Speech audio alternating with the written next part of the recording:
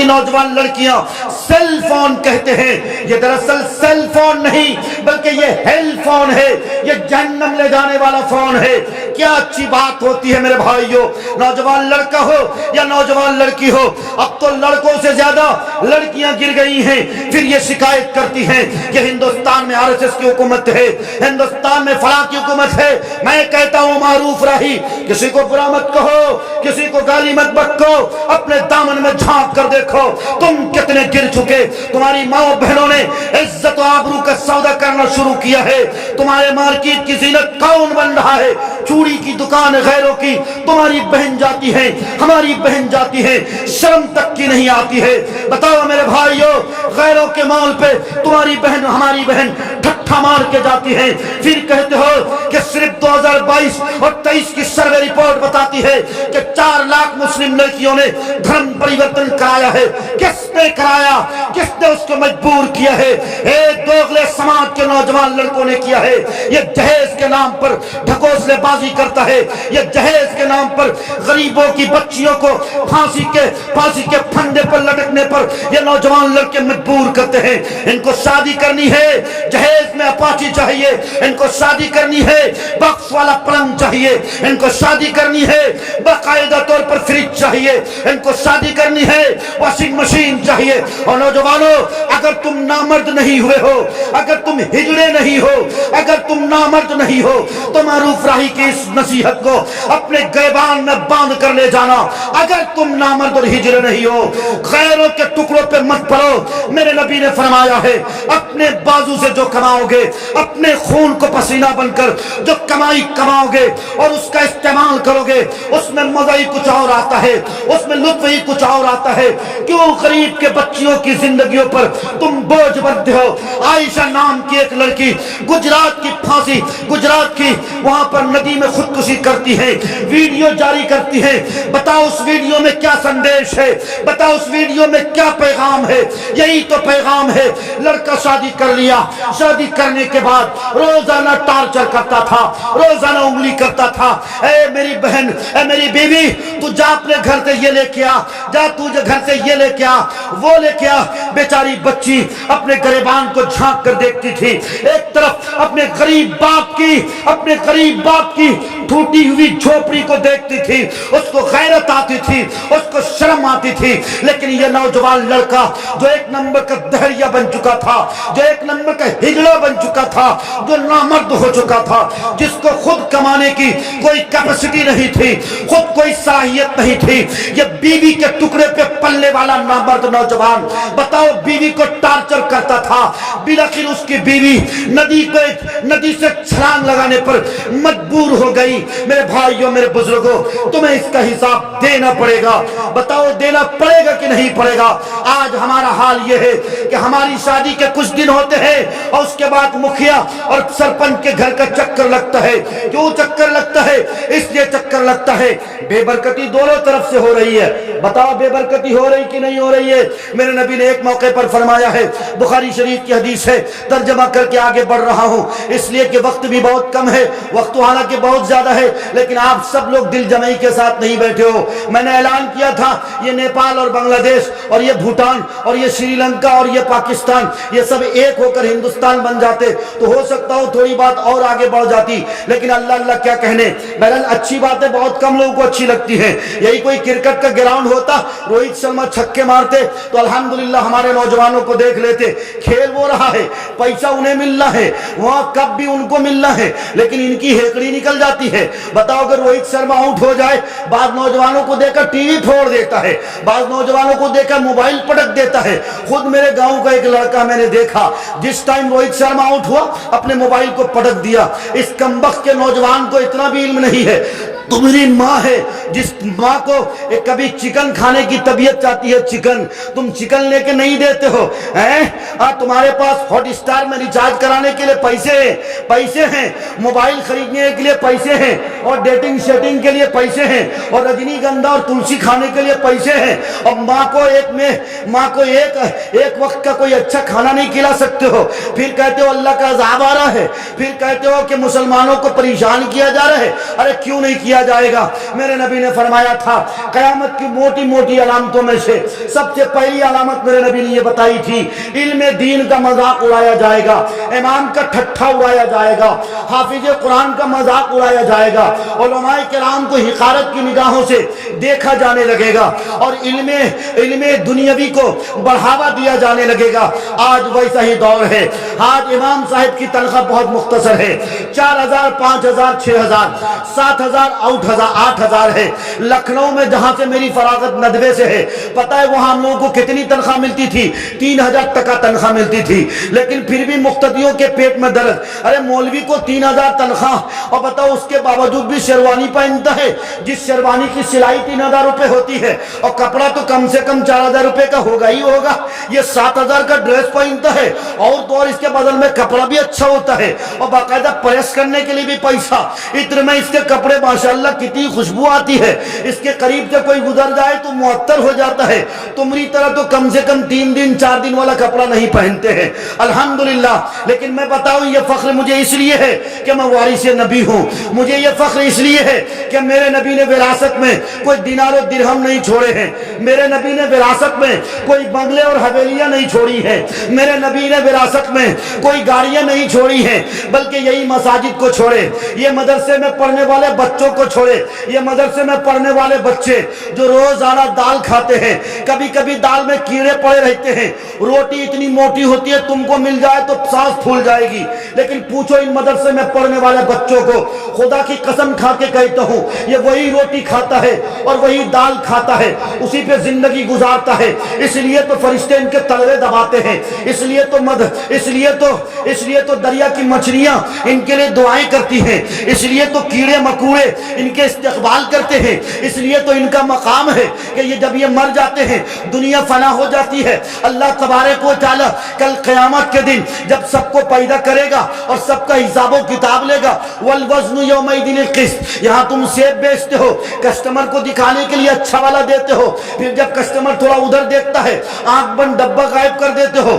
دیکھ لینا کٹیہار اسٹیشن میں جا کر اس سے کہو 1 کلو سیب دو، اور تھوڑا سا ادھر دیکھو تم نے چن کر کوئی اور سیب دیا تھا اور وہ رکھ دیتا ہے کوئی اور سیب، یعنی کہ جو منڈی سے لاتا ہے 20 ٹکا کلو والا 100 ٹکا کلو والے ترازو میں رکھ دیتا ہے، یہ آنکھ بند ڈبہ غائب کراتا ہے۔ یہ کس کو دھوکہ دے رہا ہے؟ یہ سمجھ رہا ہے کسٹمر کو دھوکہ دے رہے۔ نہیں میرے بھائی ہو، کسٹمر کو دھوکہ نہیں دے رہے ہو، دنیا میں تو دے سکتے ہو، لیکن اللہ کہتا ہے میرا ترازو تو پرفیکٹ ہے، یہاں کوئی ادھر ادھر نہیں کر سکتا، یہاں کوئی پلہ نہیں مار سکتا، بلکہ بالکل برابر سرابر ہے، یہاں کسی کی ہیکڑی نہیں چلے گی، یہاں کسی کی سفارش نہیں چلے گی۔ ہم حاجی صاحب کے بیٹے ہیں، ہم فلانوا کے بیٹے ہیں، ہم مکھیا اور سرپنچ کے بیٹے ہیں، ہم تو مکھیا جی کے، ہم تو ایم ایل اے اور ایم پی صاحب کے بیٹے ہیں۔ نہیں جاؤ تھانے میں تمہارے لیے انکوائری ہو جائے گی، پولیس تمہاری زبان بول لے گا، لیکن جب اللہ کی عدالت میں کھڑے ہوگے یہاں ایک ہی سکہ چلے گا، جو سکہ محمد رسول اللہ کا ہوگا۔ محمد رسول اللہ والا سکہ ہے تو ٹھیک ہے، اگر محمد رسول اللہ والا سکہ نہیں ہے تو آؤ جہنم تمہارے لیے استقبال ہے۔ قرآن کہتا ہے فَأَمَّا مَنْ ثَقُلَتْ مَوَازِينُهُ فَهُوَ فِي عِيشَةٍ رَاضِيَةٍ وَأَمَّا مَنْ خَفَّتْ مَوَازِينُهُ فَأُمُّهُ هَاوِيَةٌ وَمَا أَدْرَاكَ مَا هِيَ نَارٌ حَامِيَةٌ۔ قرآن کہتا ہے پھر اللہ تبارک و تعالیٰ نے اگر قیامت کی گھڑی بتا دوں، قرآن کریم کی اس سے پہلی والی سورت اذا زلزلت الارض زلزالها واخرجت الارض اثقالها وقال الانسان ما لها، جب زمین میں زلزلہ آئے گا یہیں پر بس نہیں، یا ایھا الناس اتقوا ربکم ان زلزلۃ الساعۃ شیء عظیم یوم ترونها تذهل كل مرضعۃ عما ارضعت وتضع كل ذات حمل حملها وترى الناس سکارى وما هم بسکارى۔ میرے بھائیوں میرے بزرگوں، قرآن تم تو پڑھتے نہیں، قیامت کی ہلکی سی جھلک بتا دو۔ قرآن کریم اللہ کہتا ہے قیامت کی گھڑی اتنی ہولناک ہوگی، اتنی بھیانک ہوگی، جب قیامت کے لیے سور پھونکا جائے گا، جب سور پھونک دی جائے گی، جب سب کو موت آ جائے گی، ملک الموت کو بھی موت آ جائے گی، پھر موت کو بھی موت آ جائے گی، پھر اللہ تبارک و تعالیٰ اس دھرتی میں زلزلہ پیدا کرے گا. ان زلزلۃ الساعہ ان زلزلۃ الساعہ شیء عظیم. یہ زلزلہ سب سے بڑا زلزلہ ہوگا, یہ دھماکہ سب سے بڑا دھماکہ ہوگا.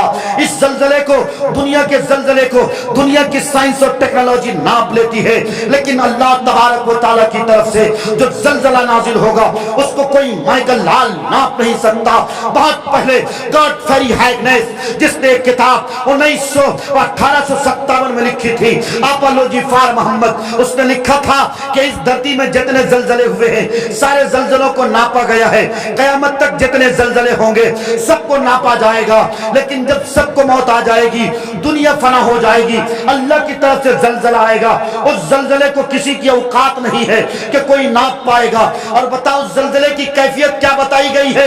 او ہوا کی بیٹیوں, اگر تم کھلے عام گھومتی ہو تو سنو قرآن کریم نے کیا کہا. ان زلزلۃ الساعۃ شیء عظیم یوم ترونها تذهل كل مرضعۃ عما ارضعت. تم دیکھو گے کہ اس دن ماں اپنے بچے کو دودھ پلائے گی.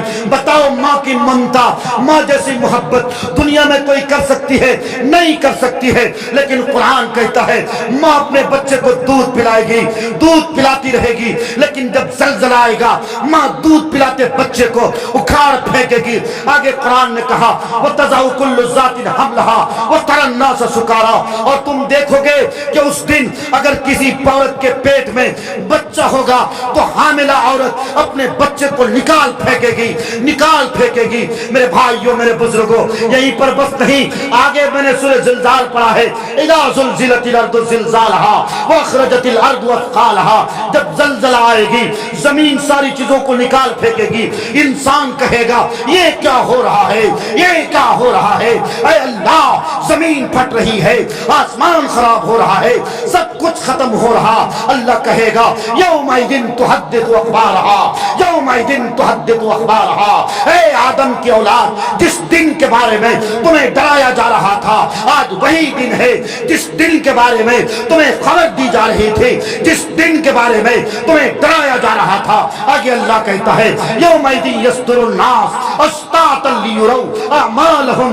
آگے آگے کی قرآن کی آیت فمن یعمل مثقال ذرۃ خیرا یرہ ومن یعمل مثقال ذرۃ شرا یرہ. یہاں ہمارے نوجوانوں کا کیا حال ہے؟ ارے ہائی گناہ تو تنک منک ہے, چھوٹا موٹا ہے, ہائی گناہ ہوگا تو کوئی بات نہیں ہے. مولوی صاحب لوگوں کی بات چھوڑو نا, وہ لونڈیوں کو چکر میں پڑنے کے لیے منع کرتے ہیں, لیکن اگر کوئی خالہ کی بیٹی سے بات کرتا تو کیا حرج ہے, ماموں کی بیٹی سے بات کرتا تو کیا حرج ہے. ماموں ہی کی نہ بیٹی ہے, چچا ہی کی نہ بیٹی ہے, لیکن قرآن کریم کہتا ہے اے تم زنا کر رہے ہو اور کہتے ہو ماموں کی بیٹی ہے, زنا کر رہے ہو اور کہتے ہو چچا کی بیٹی ہے, زنا کر رہے ہو اور سمجھتے ہو کہ سمدھی ہے, اور سمجھتے ہو کہ سن بہن ہے, اور سمجھتے ہو کہ خالہ بہن ہے. لیکن یاد رکھو میرے بھائیو, اللہ تبارک و تعالی تمہیں اپنے کیمرے میں قید کر رہا ہے. یہ D S L R camera اور یہ موبائل کا کیمرہ کتنا کس میں کوالٹی ہے بتاؤ, کتنے میگا پکسل کے ہیں؟ نہیں میرے بھائیو, اللہ قرآن کریم میں کہتا ہے کرامن کاتبین, جو ہمارے دونوں کندھوں پر دونوں کندھوں پر اللہ تبارک و تعالیٰ نے جس کو بٹھا رکھا ہے, یہ تو صرف اور صرف اللہ تبارک و تعالیٰ نے اس لیے بٹھایا ہے جب میرے اور تمہارے اعمال کے دفتر کھولے جائیں گے,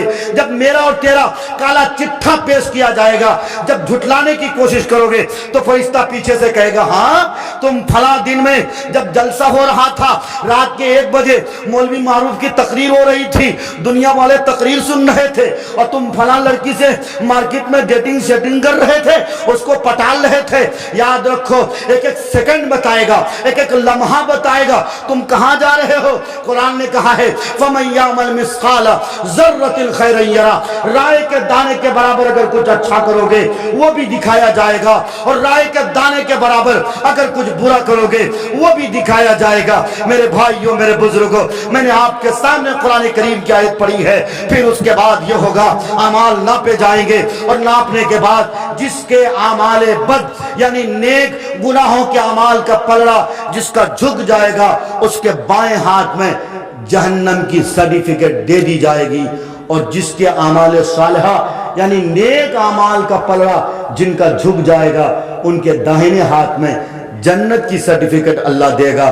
اب بیچارہ بایاں ہاتھ والا جس کو سرٹیفکیٹ ملا ہے, اب یہ اگل بگل جھانک کر دیکھے گا, کوئی نہیں ہے دور دور تک. ارے میرا بیٹا تو حافظ قرآن تھا، اے میرا بیٹا، اے میرا منا، تو مجھے نہیں پہچانے گا۔ اب تم نے منا کو گڑبڑ کیا نا، منا کو تم نے حرام کھلایا ہے، منا پر تم نے ظلم کیا ہے، منا کے لیے تم نے صحیح دولت کا انتخاب کر کے صحیح جگہ مصرف نہیں کرایا ہے، صحیح جگہ پیسہ خرچہ نہیں کرایا ہے، اس لیے منا بھی نہیں پہچانے گا۔ قرآن کریم نے اس کا بھی نقشہ کھینچا ہے، باپ بیٹے کو نہ پہچانے گا، بیٹا باپ کو نہ پہچانے گا، ماں بیٹی کو نہ پہچانے گی، بٹیا ماں کو نہ پہچانے گی۔